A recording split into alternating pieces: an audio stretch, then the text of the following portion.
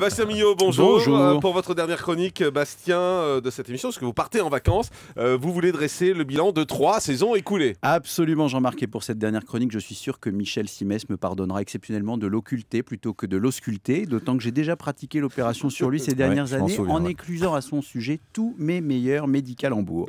Bref, me voilà avec dans mes bagages 3 années d'abus de langage, jeux de mots vasouillards et autres rimes approximatives. Commençons par quelques chiffres sur ces chroniques. Depuis septembre, on en décompte 206. Sans jamais de censure. Merci Jean-Marc. 3 saisons en tout se sont écoulées au rythme de mes blagues éculées, ce qui fait un total de 632 portraits et autres éditos douteux.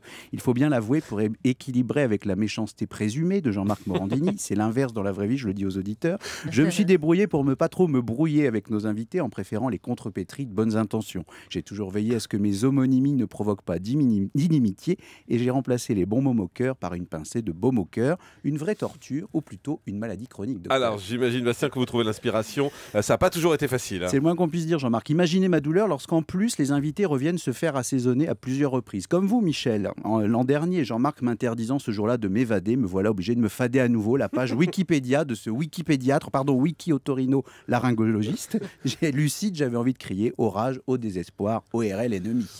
Sans parler de cette année de certains sujets récurrents, voire écœurants, comme ces longues semaines à traiter inlassablement la déescapade new-yorkaise et niveau jeu de mots sur l'élection présidentielle. En 2 mois, j'avais tout fait, terminant à 2 doigts de m'étouffer, d'autant qu'à 8h et 9h, Roumanoff ou Canteloup les avaient copyrightés, votre serviteur devant se contenter de copies ratées. Allez, pour finir, quelques remerciements peut-être. Bah oui, Jean-Marc a commencé par vous, jouer avec les mots m'a donné une place dans votre émission, je n'ai pas honte de dire, j'ai fait du plaisantrisme. Du coup, je vous pardonne définitivement d'écorcher mon nom chaque matin depuis 3 ans, aux grandes dames de ma famille. Je n'ai jamais voulu faire d'excès de zèle, mais cela se prononce bien avec 2 L, Milo, mais ne vous inquiétez pas Jean-Marc, mieux vaut tard que jamais.